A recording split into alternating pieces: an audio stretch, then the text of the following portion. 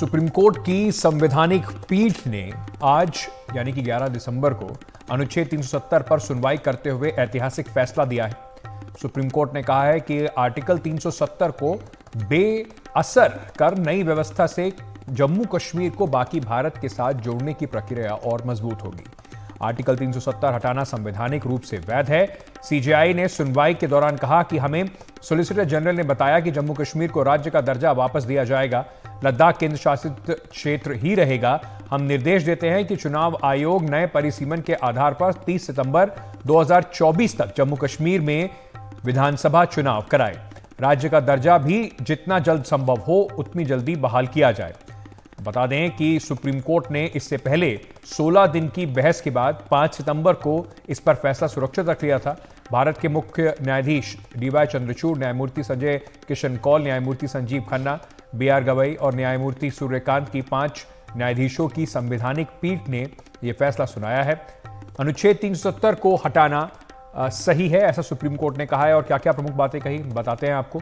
Supreme court ने कहा है कि अनुच्छेद 370 को रद्द करने जो है वो संवैधानिक है। हम अनुच्छेद 370 को रद्द करने में कोई दुर्भावना नहीं पाते। हम राष्ट्रपति की शक्तियों को वैध मानते हैं।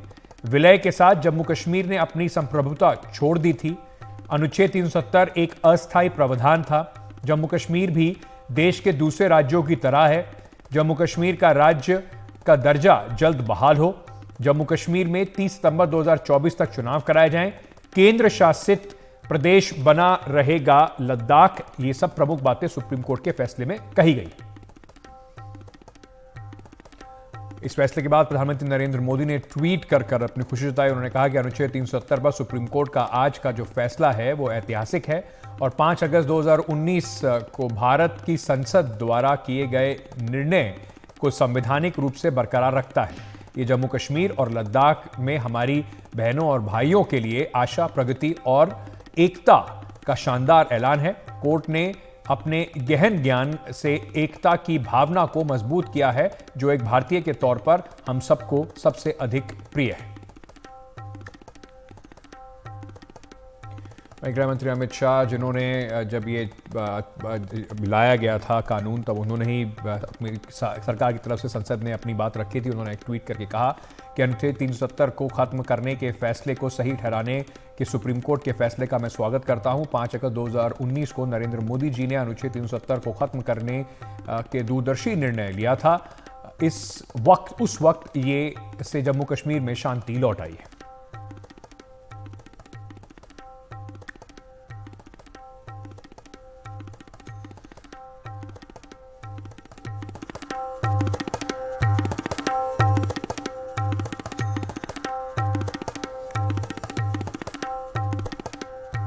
We have held that all provisions of the Constitution can be applied to Jammu and Kashmir through the exercise of power under Article 370(1)(d).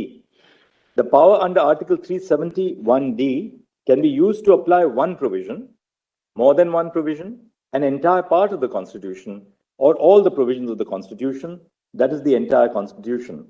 The provision does not make a distinction between one or all provisions of the Constitution. Non-application of mine cannot be claimed merely because CO 272 applies all provisions of the Constitution to Jammu and Kashmir in one go. We direct that steps shall be taken by the Election Commission of India to conduct elections to the Legislative Assembly of Jammu and Kashmir, constituted under Section 14 of the Reorganization Act by 30 September 2024. चलिए चलते हैं। पहले article 370 पर अधीर रंजन चौधरी ने क्या कहा, जरा वो भी आपको सुनवा देते हैं।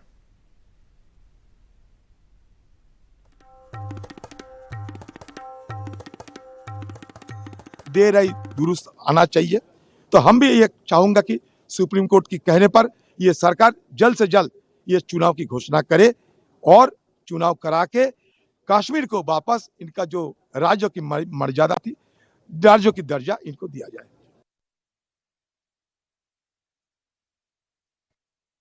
सुप्रीम कोर्ट का आज का फैसला ये एक पड़ाव है, मुश्किल ही सही पर पड़ाव है, ये मंजिल नहीं है हमारी।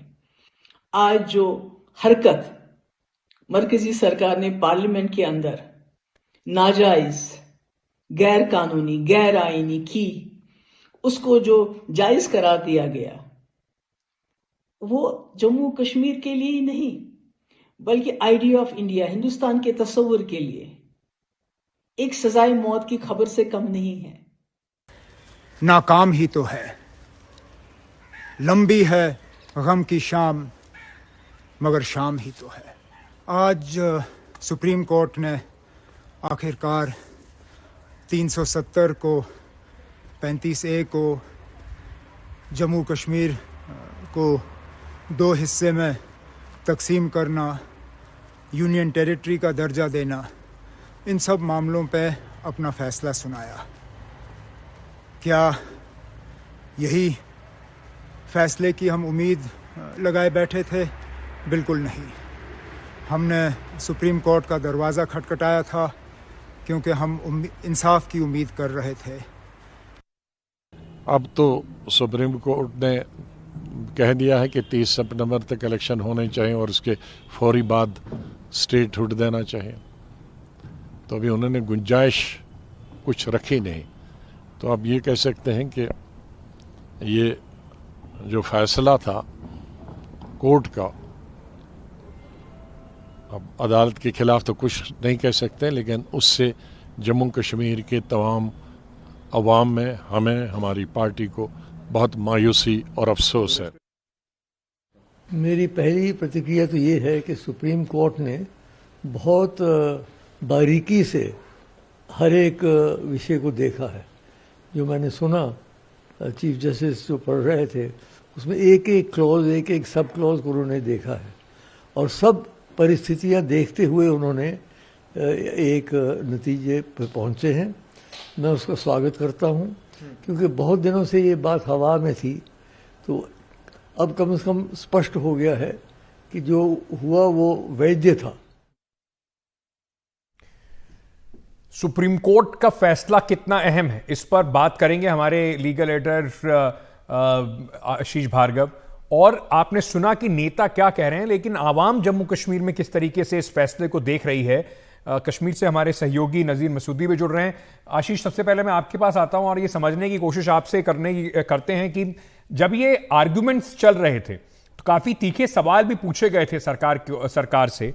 किस तरीके से इसको देखा जा रहा है और क्या जो पेटिशनर हैं उनके लिए ये राह का अंत है या उनके पास अभी भी कोई लीगल रिकोर्स बचा है?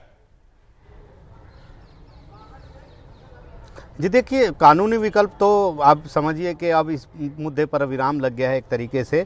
विकल्प के तौर पर पुनर्विचार याचिका दाखिल की जा सकती है। पुनर्विचार याचिका में क्योंकि जस्टिस कौल रिटायर हो रहे हैं, 15 दिसंबर आखिरी दिवस है, कार्य दिवस है, तो एक और जज कोई बेंच में आ जाएंगे। लेकिन क्योंकि ये सहमति का फैसला है और इसमें बहुत ज़्यादा बदलने की गुंजाइश है नहीं, अनटिल अनलेस आप कोई बहुत बड़ा कानून का प्रश्न, ऐसी चीज़ लेकर आ जाएं जो पहले नहीं तथ्य रखा गया था और एक वो बहुत बड़ा तथ्य है जिस पर सुप्रीम कोर्ट पुनर्विचार करे, तो वो चीज़ अब यहाँ पर दिखाई नहीं देती। पुनर्विचार याचिका दाखिल कर सकते हैं, क्यूरेटिव उसके बाद दाखिल कर सकते हैं, लेकिन अब कोई बहुत बड़ी राहत या बहुत बड़ा कुछ फेरबदल होने की उम्मीद मुझे नहीं है। दूसरी चीज़ ये है कि सवाल बहुत सारे पूछे थे दोनों पक्षों से। संविधान पीठ ने सरकार पर भी सवाल उठाए थे। ये भी पूछा था कि 2 हिस्सों में जो आपने केंद्र शासित प्रदेश बनाया है वो कौन से अधिकार के तहत किया है, संसद के पास कौन सा ऐसा शक्ति है, किस संविधान के अनुच्छेद में ऐसा लिखा है, ये तमाम चीज़ें पूछी थी। लेकिन ये भी पूछा था कि आप चुनाव कब वहाँ पर कराना चाहते हैं, आगे क्या स्थिति रहेगी। तो केंद्र सरकार ने कहा था कि लद्दाख तो फिलहाल केंद्र शासित प्रदेश रहेगा, लेकिन जम्मू कश्मीर में चुनाव कराए जाएंगे। टाइमलाइन नहीं दी थी, लेकिन कहा था कि स्थिति अब सामान्य हो रही है। तो सुप्रीम कोर्ट ने यहाँ पर टाइमलाइन फिक्स कर दी है 30 सितंबर। काफ़ी बड़ा ये फैसला है और तमाम जो दलीलें हैं लगभग वो सारी केंद्र सरकार की यहाँ पर मान ली हैं। निश्चित तौर पर याचिकाकर्ताओं के लिए एक बड़ा झटका ये है, जिनको ये उम्मीद थी कि सुप्रीम कोर्ट का फैसला आएगा तो हो सकता है कि 370 का के तहत जो स्पेशल स्टेटस जम्मू कश्मीर का था वो बहाल हो जाए, लेकिन सुप्रीम कोर्ट ने उससे साफ इनकार किया। सुप्रीम कोर्ट ने मान लिया है कि अगर संविधान सभा नहीं भी है तो राष्ट्रपति के पास ये सीधी शक्ति है कि 370 को निरस्त किया जा सके और ये बिल्कुल संवैधानिक प्रयोग में बिल्कुल वैध कानूनी अभ्यास है, ये उन्होंने बोल दिया है। और ये एक काफ़ी अहम ऐसे मोड़ पर फैसला है। 16 दिन की मैराथन सुनवाई के बाद ये फैसला आया है। निश्चित तौर पर जम्मू कश्मीर का ये फैसला है, लेकिन इसका असर देश के तमाम जगहों पर पड़ेगा और एक राजनीतिक मायने इस फैसले के बहुत बड़े हैं। जी नज़ीर, उमर अब्दुल्ला, महबूबा मुफ्ती एक तरफ निराशा जताते हुए नजर आए, वहीं गुलाम नबी आज़ाद और डॉक्टर करण सिंह ये कहते नजर आए कि इसका स्वागत होना चाहिए, जनता को अब आगे बढ़ना चाहिए। जो आम जनता है कश्मीर की, वो इसको किस तरीके से देख रही है? क्या इसमें भी एक श्रीनगर जम्मू डिवाइड आपको दिखाई पड़ रहा है? चर्चा क्या है? देखिए, आम लेवल पे कोई चर्चा नहीं है, क्योंकि सोशल मीडिया पे कुछ कदगने यहाँ हैं जिससे आम लोग अपनी जो राय वहाँ नहीं दे रहे हैं और सड़कों पे भी लोग राय देने से कतरा रहे हैं। तो इसलिए ज़्यादातर जो निर्भर कर रहे हैं हम, वो पॉलिटिकल लीडर्स की वॉइस है। वो पॉलिटिकल लीडर्स जितनी भी पार्टीज़ हैं उनकी बुनियाद पे हम बात कर रहे हैं। हाँ, यहाँ लोग बिल्कुल बेसब्री से इंतज़ार कर रहे थे इस फैसले का, क्योंकि यह पहला ऐसा केस था सुप्रीम कोर्ट में, इतना बड़ा जो संविधानिक केस था, जो इसकी लाइव स्ट्रीमिंग हुई। 16 दिन की मैराथन जो हियरिंग थी, लोगों ने बहुत तवज्जो के साथ उसको सुना और काफ़ी उम्मीदें भी थी और उससे कोई लोगों को लग रहा था कि कुछ हो रहा है, क्योंकि उनका जो पर्सपेक्टिव था उस हियरिंग के दौरान, सुनवाई के दौरान, उसको आगे रखा जा रहा था। तो आज भी जब ये इसका फैसला हुआ, ये भी लाइव स्ट्रीमिंग हो रही थी और सभी लोगों ने इसको सुना। श्रीनगर में सब कुछ नॉर्मल है, जैसे आप देख सकते हैं। हाँ, ठंड काफ़ी है। आज श्रीनगर में इस मौसम की सर्द तरीन रात थी, -4.8 थी। तो लग रहा था जो पॉलिटिकल पार्टीज है या जो पिटिशनर्स है, उनको लग रहा था कुछ वार्मथ इस जजमेंट से आएगी। ऐसा नहीं हुआ। उनके लिए जो फ्रीज है और फ्रीज हो रहा है। और महबूबा मुफ्ती का हमने सुना कि इसने कहा कि एक जो सुप्रीम कोर्ट का जो केस था या फैसला था, ये मंजिल हमारे लिए नहीं थी, बल्कि एक पड़ाव था। ये एक बड़ा, दरअसल वो बड़ी जो कश्मीर इशू की जो लार्जर कॉन्टेक्स्ट में बात कर रही थी। इसी तरह उमर अब्दुल्ला ने भी कहा कि वो निराशा हैं, लेकिन वो ये जदोजहद जारी रखी जाएगी यहाँ के लोगों के हुकूक के लिए।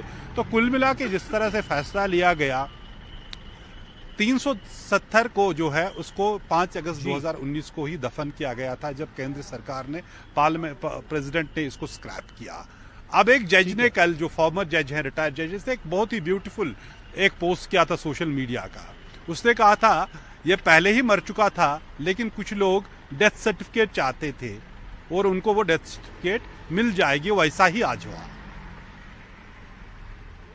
जी, बहुत बहुत शुक्रिया हमारे साथ जुड़ने के लिए, जानकारी हमें देने के लिए।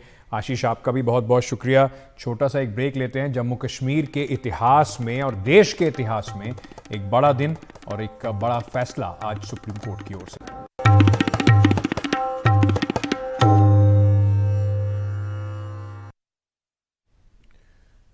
ये बड़ी दिल दहलाने वाली खबर है, डराने वाली खबर भी है और चौंकाने वाली इसलिए है क्योंकि दिल्ली से लगे साइबर सिटी गुड़गांव जो है, गुरुग्राम, उसके सेक्टर 57 में जिस तरीके की बेरहमी एक नाबालिग बच्ची पे की गई है, वो काम करती थी इस घर में, और उसके साथ जिस तरीके का व्यवहार हुआ है वो बिल्कुल आपको रुलाने वाला है।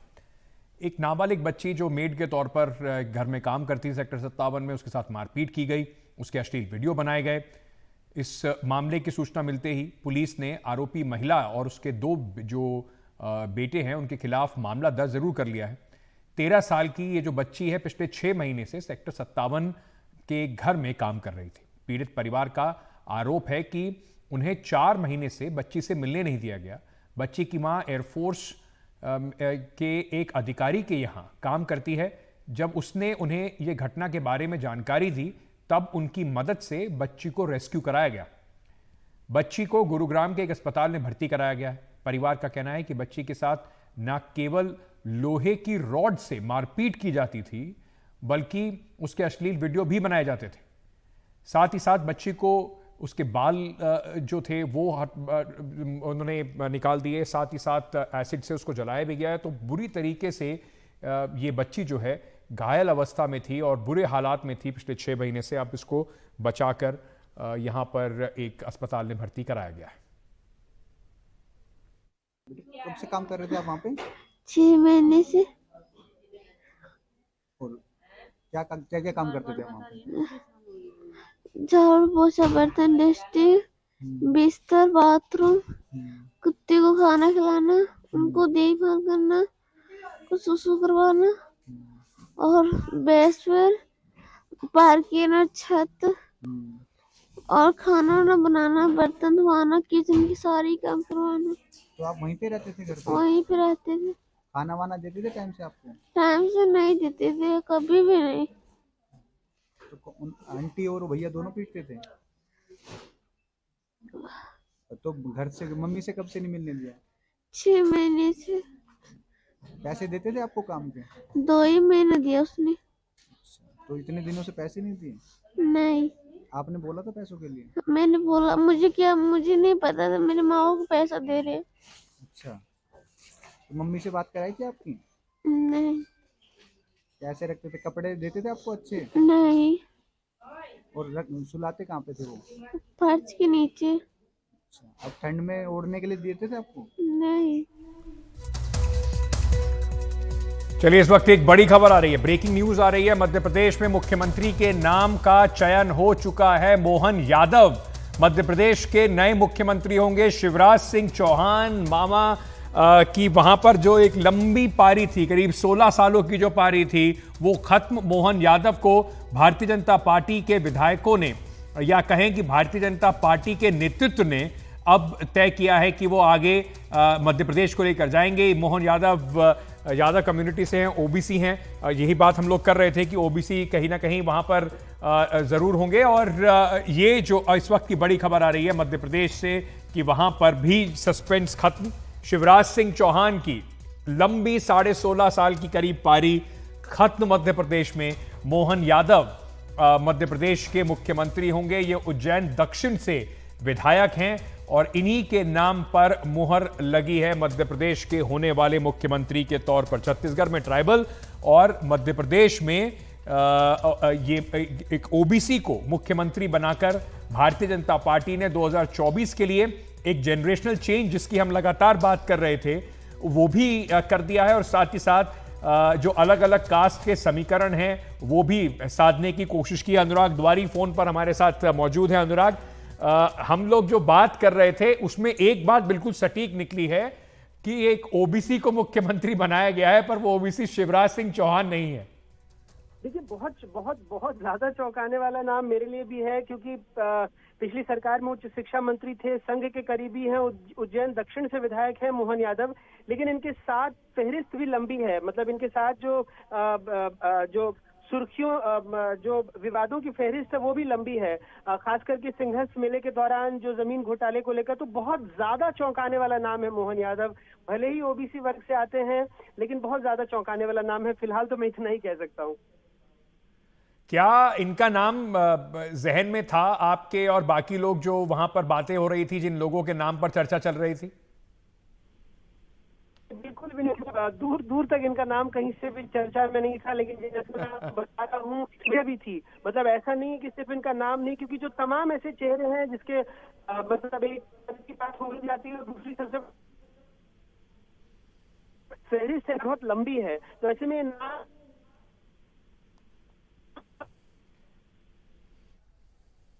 ये फोन लाइन पे थोड़ी दिक्कत आ रही है अनुराग की, उसको ठीक करके वापस चलते हैं।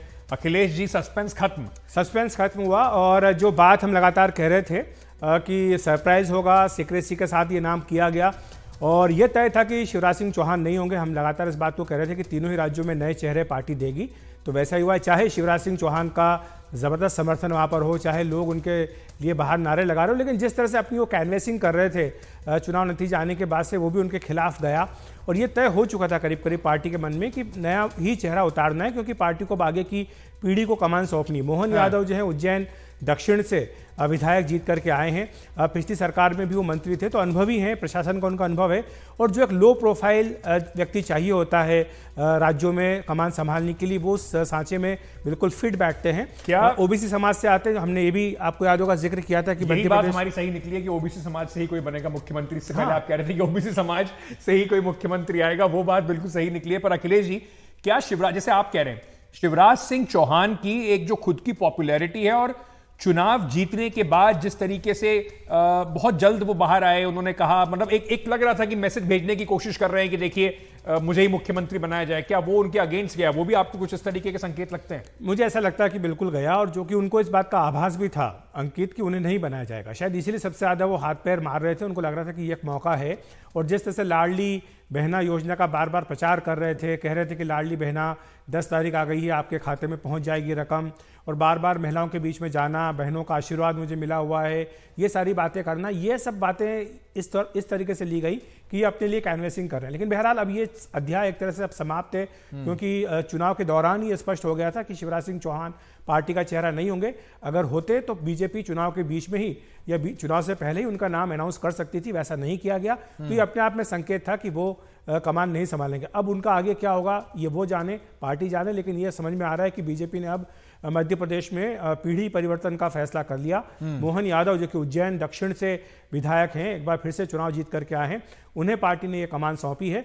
तो जो ओबीसी समीकरण की हम लगातार बात कर रहे थे कि छत्तीसगढ़ में आदिवासी को बना दिया, मध्य प्रदेश में ओबीसी, क्योंकि यहाँ पर 50% से अधिक आबादी ओबीसी की है, और चाहे उमा भारती हो, चाहे बाबूलाल गौर हो, या फिर शिवराज सिंह चौहान हो, बीजेपी ने अभी तक ओबीसी ही दांव यहाँ पर पिछले कुछ वर्षों में 20 वर्षों में चला है। तो एक बार फिर से बीजेपी ने ओबीसी फैक्टर को ध्यान में रखा है, और अब इसका ये भी संकेत आप निकाल के चलिए कि राजस्थान में अब ये आसार आप समझिए कि इसका मतलब ये कि राजस्थान में किसी अपर कास्ट को मुख्यमंत्री की कमान मिल सकती है। ये भी एक इंडिकेशन हमें इससे निकालना। ये बड़ी इंटरेस्टिंग बात आप कह रहे हैं, मैं उस पर एक सवाल आपसे पूछूंगा, पर उससे पहले यादव हैं, ओबीसी हैं, कहीं ना कहीं क्या इसका कुछ असर आप उत्तर प्रदेश पे भी देखते हैं? क्योंकि वहां पर अखिलेश यादव जो हैं वो अब तक अपने आप को सबसे यादवों के सबसे बड़े नेता के तौर पर प्रस्तुत करते रहे हैं पैन इंडिया।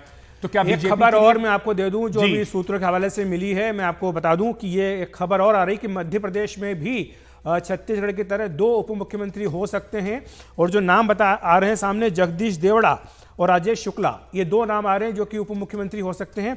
और नरेंद्र सिंह तोमर जो कि अभी तक हाल फिलहाल तक कृषि मंत्री थे, विधायक का चुनाव जीते हैं, नरेंद्र सिंह तोमर को यहाँ पर स्पीकर विधानसभा अध्यक्ष बनाया जा सकता है। ये जानकारी हमें सूत्रों के हवाले से मध्य प्रदेश से मिल रही। तो जिस तरह से रमन सिंह को वहां पर स्पीकर की कमान सौंपी गई है, वैसे ही मध्य प्रदेश में नरेंद्र सिंह तोमर को स्पीकर बनाया जा सकता है। तो एक तरह से चाहे नरेंद्र सिंह तोमर हो, चाहे शिवराज सिंह चौहान हो, ये जो वरिष्ठ नेता पिछले 2 दशक से बीजेपी की पहचान वहां पर बने हुए थे, सक्रिय राजनीति से एक तरफ से अब इन्हें हटा दिया गया है, और अब आगे का इनका जो भविष्य होगा वो स्पष्ट हो गया है कि मतलब ये भी कहीं ना कहीं एक इंडिकेशन है। अखिलेश जी, बड़ी खबर आप इस वक्त बता रहे हैं, मैं दोहरा देता हूं अखिलेश जी क्या बता रहे हैं। मोहन यादव के बाद 2 उप मुख्यमंत्रियों की बात भारतीय जनता पार्टी, अखिलेश जी के सूत्रों ने बता रहे हैं कि होगा, और नरेंद्र सिंह तोमर जो कृषि मंत्री थे और उसके बाद एमपी, उनको यहां से विधायक का चुनाव लड़ाया गया, उनको स्पीकर बनाने की बात की जा रही है। अखिलेश जी, इसका एक बड़ा साफ इंडिकेशन ये भी है कि भारतीय जनता पार्टी में, जिसमें कहा जा सकता था कि ग्वालियर चंबल का इलाका है, नरेंद्र सिंह तोमर का जो इलाका है, जो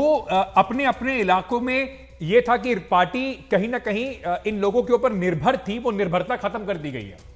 बिल्कुल, ये निर्भरता खत्म कर दी गई है, और इसका यही मतलब है कि अब बीजेपी में मध्य प्रदेश में पीढ़ी का बदलाव हो गया है।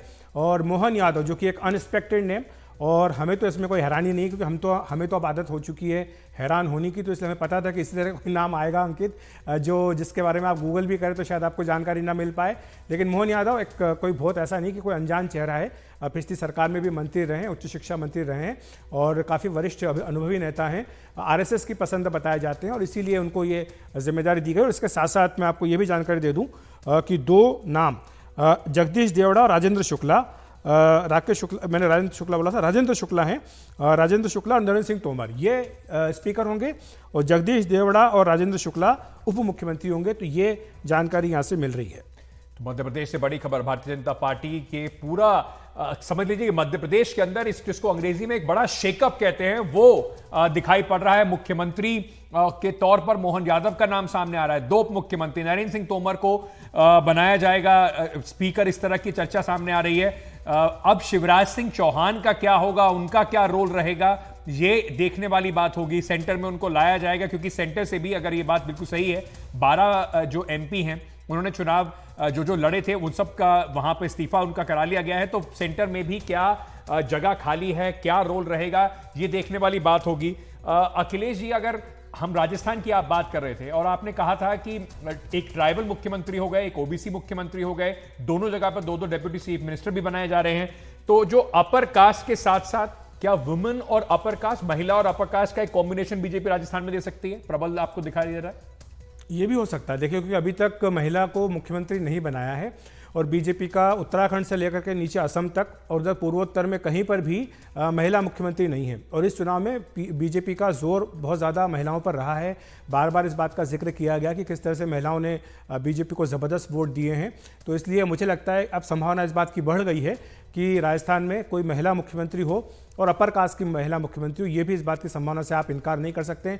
लेकिन एक बार फिर से हेल्थ वार्निंग जिसको कहा जाता है वो जोड़ देते हैं, क्योंकि जिनके नाम चलते हैं उनका होता नहीं है। राजस्थान में वो तमाम नाम जो लगातार पहले से ही चलते आ रहे, चुनाव के दौरान चलते आ रहे हैं, मुझे लगता है कि उनमें से कोई नहीं होगा। कोई महिला भी अगर होंगी तो वो ऐसी महिला होंगी जिनका नाम आपने या तो सुना नहीं होगा या बहुत कम चर्चा में होगा। तो इसी बात की संभावना ज़्यादा है। लेकिन ये भी हमारा एक कयास ही है, हम इस पर ज़्यादा नहीं अभी कुछ कहेंगे। लेकिन मध्य प्रदेश की अगर हम बात कर लें तो यहाँ पर मोहन यादव, इनका नाम तय हो गया है। उज्जैन दक्षिण से इनको विधायक दल का नेता चुना गया और साथ साथ 2 उप मुख्यमंत्री भी बनाए जाने की बात हो रही है। जगदीश देवड़ा और राजेंद्र शुक्ला, ये इनके नाम हो रहे हैं। ये एक बड़ा बदलाव, एक इस कहें कि एक युग का अंत भी है। आडवाणी, वाजपेयी आडवाणी एरा के जो नेता थे या उस जमाने के जो नेताओं को आगे बढ़ाया गया था, उस समय शिवराज सिंह चौहान युवा थे जब उनको प्रदेश की कमान दी गई थी। उस जो एरा थी, जो वो युग था, उसके नेताओं का भी अब धीरे धीरे एक अंत की तरफ जा रहे हैं। निश्चित तौर पर ये आप मान करके चलिए कि वो जो पीढ़ी थी जिन्हें कि अटल बिहारी वाजपेयी और लालकृष्ण आडवाणी ने बढ़ाया था, उनमें शिवराज सिंह चौहान का नाम सबसे ऊपर था। इसके साथ ही नरेंद्र मोदी खुद, उनका भी आप नाम ले सकते हैं, जिनको कि लालकृष्ण आडवाणी ने काफ़ी आगे बढ़ाया था।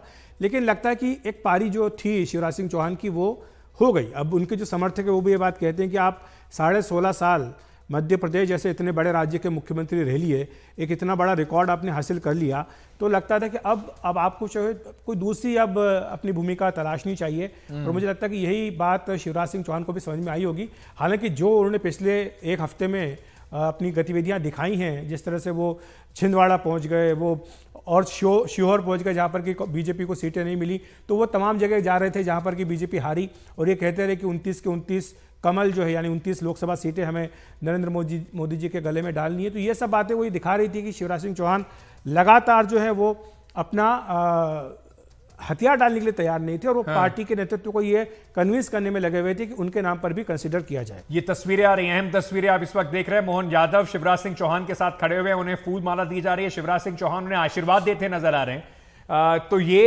एक बड़ी खबर और ये अहम तस्वीरें होंगी, क्योंकि कहीं ना कहीं जो बात लगाई जा रही थी कि शायद शिवराज सिंह चौहान नाराज होंगे, आशीर्वाद देते नजर आ रहे हैं, तो कम से कम बीजेपी के लिए मैसेजिंग के तौर पर ये कल एक बहुत अहम तस्वीर होने वाली है। अखिलेश, बिल्कुल बहुत महत्वपूर्ण तस्वीर होने जा रही है। और अब ये तस्वीरें भी आ गई हैं कि मोहन यादव जो हैं वो मध्य प्रदेश के नए मुख्यमंत्री होंगे। शिवराज सिंह चौहान जो कि लंबे समय से यहाँ पर बीजेपी की पहचान थे, वो अब आप कह सकते हैं कि पीछे चले गए हैं। मामा के नाम से मशहूर थे और अब मामा की जो है पारी मध्य प्रदेश में समाप्त हुई। बीजेपी ने नए चेहरों को मौका दिया है और यहाँ पर अब मोहन यादव नए मुख्यमंत्री होंगे। और साथ में जो हम लगातार रिपोर्ट कर रहे हैं, शुरू में नाम थोड़ा गड़बड़ हो गया था लेकिन अब ठीक कर देते हैं उसको, राजेंद्र शुक्ला हैं जो उप मुख्यमंत्री होंगे और साथ ही साथ जगदीश देवड़ा। ये भी अखिलेश जी, मुझे बोला जा रहा है कि तुरंत हमें एक ब्रेक लेना है, तो एक छोटा सा ब्रेक ले रहे हैं। बड़ी खबर के साथ वापस आ रहे हैं, बने रहिए हमारे साथ। शिवराज सिंह चौहान की पारी का अंत, नए मुख्यमंत्री के तौर पर मोहन यादव का नाम भारतीय जनता पार्टी ने मध्य प्रदेश में अब आगे बढ़ाया है।